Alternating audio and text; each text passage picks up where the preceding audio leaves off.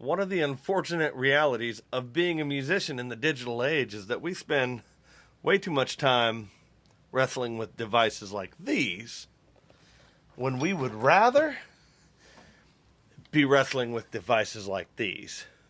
And this past week, well, that was true for Easton Union.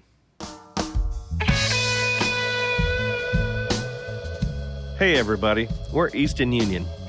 In an age of auto-tune and AI-generated content, we're a band of 4 guys who still want to get in a room together and make something special.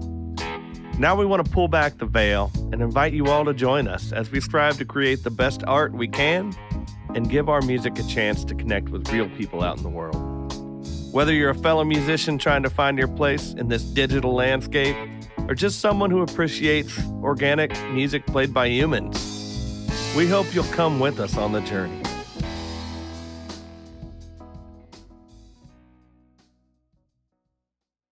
All right, let's just play something. Yeah, I got nothing. Oh, you got nothing? I got nothing. Did we forget to plug you in or something? Maybe. Yep, I got no cord running to you. Okay. We're... Yeah. If you can find it to where it comes this way, I can try to trace it past that. Damn, I've lost all my microscopic pieces of gear. Is that any louder? Yes. Good. Yeah, that's fine. Why does it sound like there's a click? Oh, there probably is.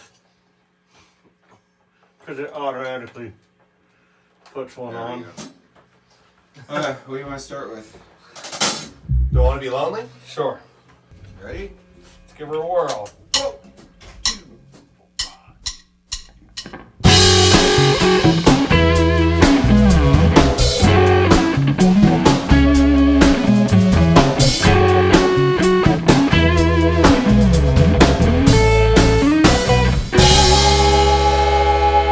I don't wanna be lonely,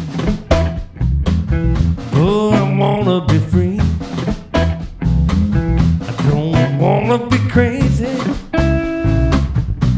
but I think I might be. Just want you to trust me. I don't know if you should, but I need somebody.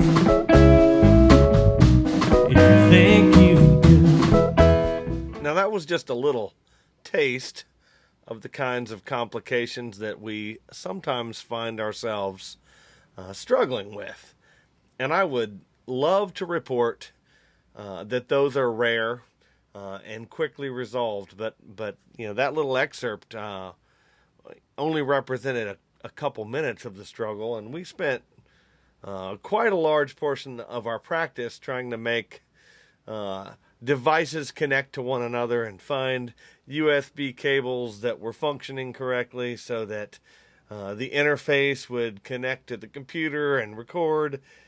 And, you know, that kind of distraction can really rob you of the creative mindset that you really need to be in when you're making music. Now, don't get me wrong. I am grateful for the way that so many of these technologies have enabled us to make music, to share that music with you. It's made the entry price point for professional quality content so much more approachable. But at the same time, sometimes it really does feel like it's in the way of allowing us to get into the creative headspace that we really want to be in when we're trying to make art. Now, there's no way that we're going to completely absolve ourselves of modern technology, but I am always looking for ways to reduce those barriers and make the process of getting creative and getting musical quicker and without the obstacles, and to be more of an analog style experience. And to that end, we've been making changes in our workflow. Things like this: when we play live, sometimes we have to take our own sound system. We utilize a digital mixer, the same one we're utilizing here in the practice space in these videos. And the unfortunate thing about that mixer, although it's very powerful and very useful, in order to control it, you have to use a device like this or a telephone and an app, and that app has to connect via Wi-Fi. And, those things don't always work the way that they're supposed to. And we've had times where we're really struggling with this technology just a few minutes before we're supposed to launch into a set at a show. And, man, that can really, really mess with your frame of mind. So, something like this. I recently purchased this device. It's a digital mixer, but if you notice, it has knobs and faders. The experience of controlling this mixer is an analog experience. It's simple. I can reach over and turn up or down anything I want. Arm any track, mute any track. And that is a tactile experience. Yet at the same time, it still has a USB output that allows us to record the shows, make videos and content. These are the kind of things that we've been thinking about a lot when it comes to making music.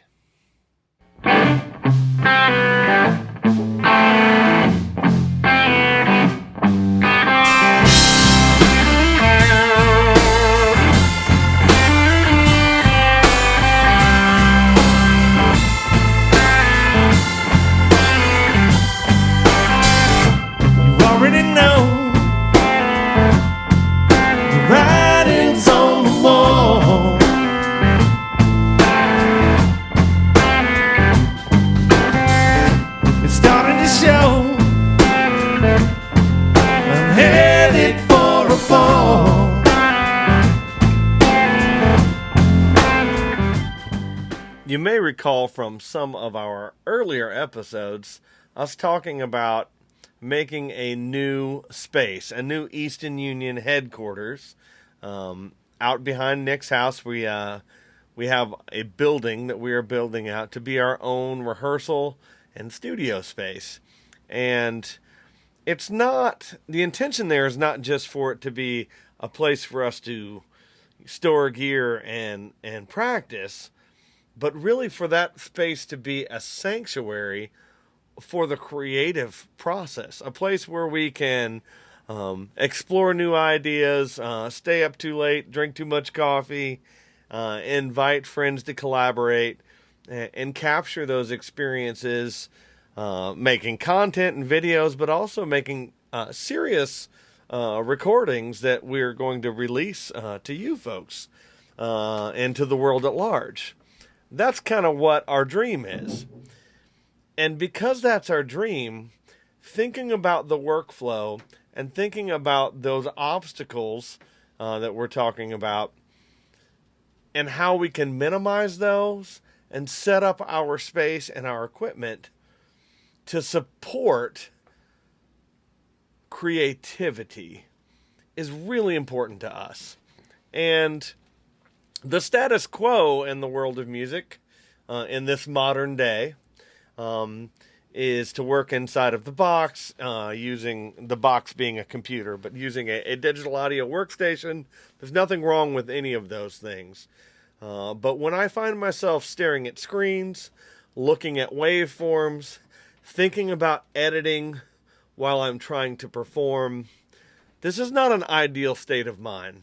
So we've really been exploring the idea of going analog in areas that we can go analog, and creating experiences and workflows that have an analog style about them.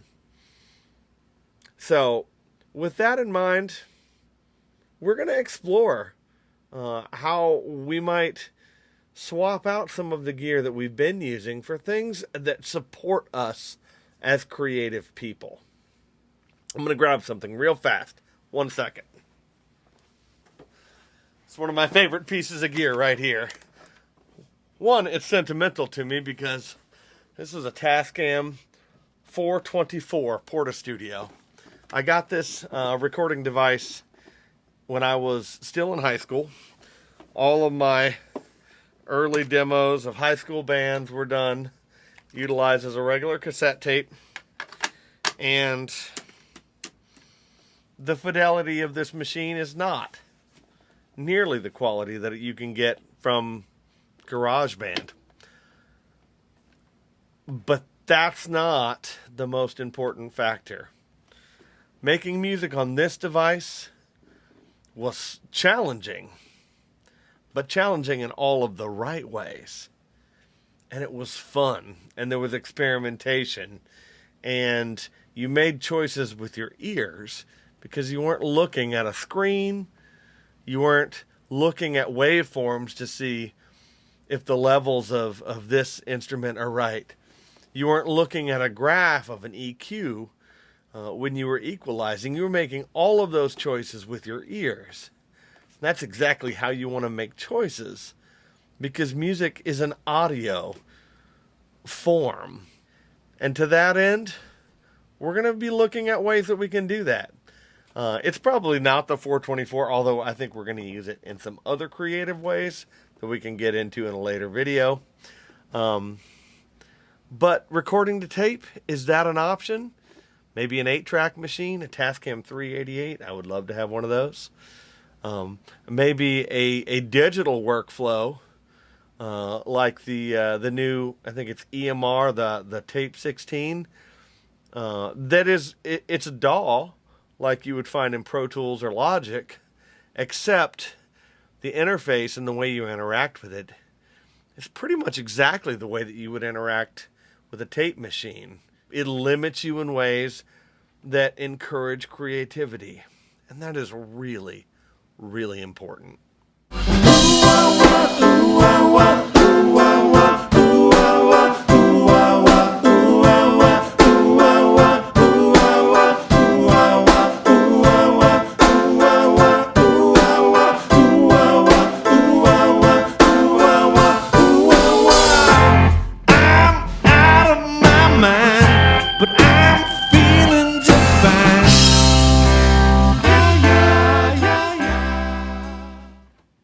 Human beings are analog devices, and I think there's real power in making music as a musician in an analog way, and I think there's real power as just a listener, as somebody who loves music, to experiencing music in an analog form.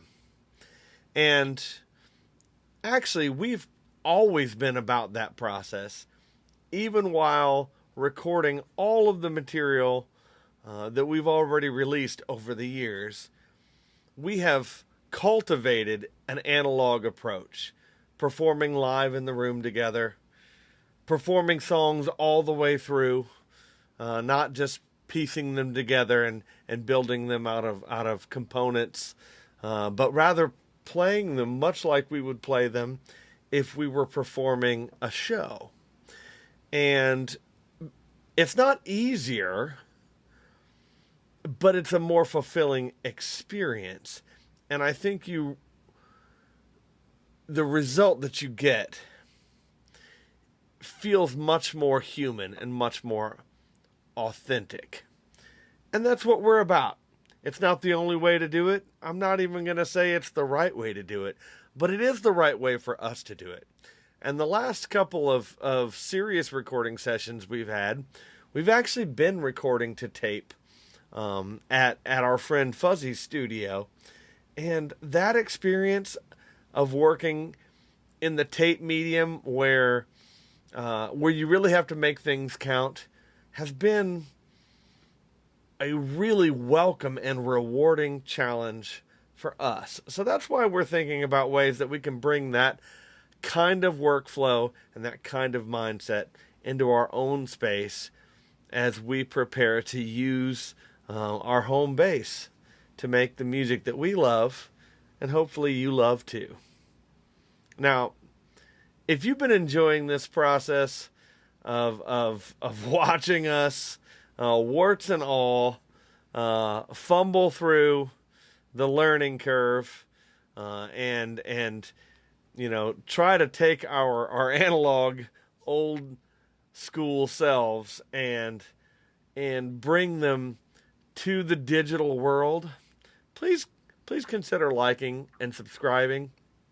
And if you have experience with this yourself, of trying to incorporate analog workflows and organic processes into your modern music making, we'd love to hear about your experiences in the comments. With that, I'm going to go ahead and let Rusty play you out with one of his songs that we hope to be releasing soon. Until next time, much love, Easton Union.